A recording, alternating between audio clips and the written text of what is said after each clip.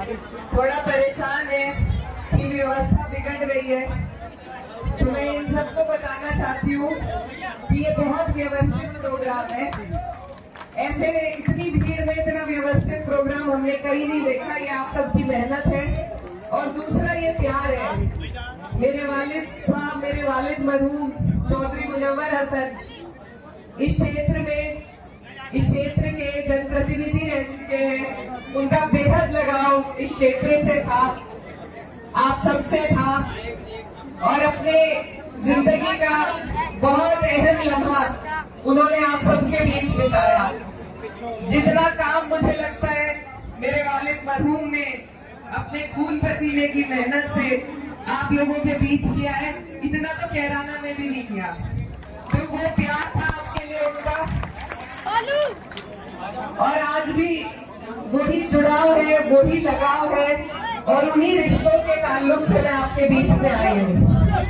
भले ही ये हमारा क्षेत्र ना लगता हो, लेकिन जो प्यार आप लोगों का हमेशा हमारे लिए बना रहता है, दुआओं के रूप में हो चाहे या समर्थन देने के रूप में हो, सबकी रिश्तेदारियां हैं इधर से उधर। और मुझे बहुत अच्छी तरीके से मालूम है कि मेरे चुनाव में भी आप सबने जितनी मेहनत मुजफ्फरनगर पे की, उससे दुगनी मेहनत आपने कैराना के लिए की है। तो आप सबका बहुत बहुत शुक्रिया।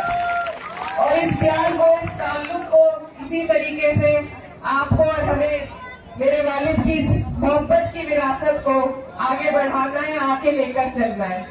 मैं वादा करती हूँ कि जहाँ आपको मेरी जरूरत पड़ेगी, मैं कंधे से कंधा मिला के आपकी हर परेशानी में, आपके हर दुख सुख में आपके बीच रहूंगी।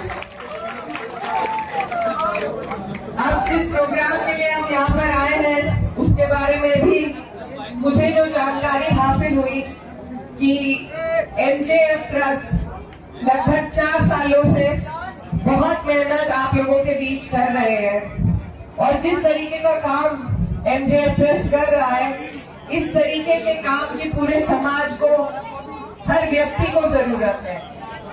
जो मेरी जानकारी से मुझे हासिल हुई है बात, तो काउंसलिंग के लिए यहाँ पर इन्होंने प्रावधान बनाया है, एक लाइब्रेरी खोली है, स्कॉलरशिप देने का बच्चों को काम कर रहे हैं और कई लगभग 20 से 22 नौकरियां विदेश में और देश में भी दिलाने का बच्चों को काम किया है। तो ये बहुत महत्वपूर्ण चीजें हैं। मेरी तरफ से आप एक बार इनके लिए तालियां बजा दें। अगर समाज में हमें कोई बदलाव लाना है, कोई परिवर्तन लाना है, तो वो सिर्फ तालीम और शिक्षा के माध्यम से ही लाना संभव है। तो अगर हमें कहीं मेहनत करने की जरूरत है, हम सबको मिलकर अगर कहीं मेहनत करने की जरूरत है, तो वो शिक्षा की फील्ड में, तालीम की फील्ड में अपने बच्चों को आगे बढ़ाने की जरूरत है। और जब लोग, समाज के जो बेहतरीन लोग हैं, जो खुद हमारी डॉक्टर नाज़िमा साहब जैसे लोग जब आगे बढ़ के अपना कीमती वक्त, अपनी जिम्मेदारी, अपनी जो प्रोफेशनल जिम्मेदारी है उससे अलग हटकर जब अपना कीमती वक्त आप लोगों को दे रहे हैं, तो आपसे मेरी गुजारिश है कि आप लोग भी उनका साथ दें, जाना बचाना उनके साथ खड़े हो और ये जो मुहिम है, जो तालीम की मुहिम है, इसे आगे लेकर चलें। क्योंकि सिर्फ इल्म ही वो रोशनी है जो हमें जहालत से बाहर निकाल सकती है, हमारे बच्चों को बेहतर मुस्तकबिल दे सकती है। हमारे लिए कोई नेता या कोई अधिकारी कुछ करे ना करे, लेकिन हमें खुद वो ताकत होनी चाहिए कि हम अपने पैरों पर खड़ा हो सकें। और वो ताकत आपको सिर्फ इल्म से मिलेगी, सिर्फ तालीम से मिलेगी। मैं आपको अपनी भी कुछ बात बताना चाहती हूँ कि जब मेरे परिवार पर इतनी बड़ी मुसीबत आई और घर पर ना मेरी वालिदा थी, ना मेरे भाई थे, मैं अकेली थी। कहने को मेरे पास बहुत बड़ी लेगेसी थी, मेरे वालिद साहब का नाम था, लेकिन जो हिम्मत और जो हौसला तालीम से आता है, उसका और कोई बदल नहीं है। तो इसलिए ये मेरे खुद के एक्सपीरियंस से मैं आपको बताना चाहती हूँ, अगर मेरे पास तालीम ना होती तो फिर चाहे मेरे पास मेरे वालिद का भी नाम रहता, लेकिन मैं आगे नहीं बढ़ सकती थी। तो इसलिए मैं यही आप सबसे कहना चाहती हूँ कि समाज में हमें किसी भी क्षेत्र में अगर तरक्की करनी है, आगे बढ़ना है, तो उसका रास्ता सिर्फ और सिर्फ तालीम से है। आपको किसी की तरफ देखने की जरूरत नहीं कि कोई आपकी मदद करेगा या नहीं करेगा, कोई आपकी आवाज उठाएगा या नहीं उठाएगा।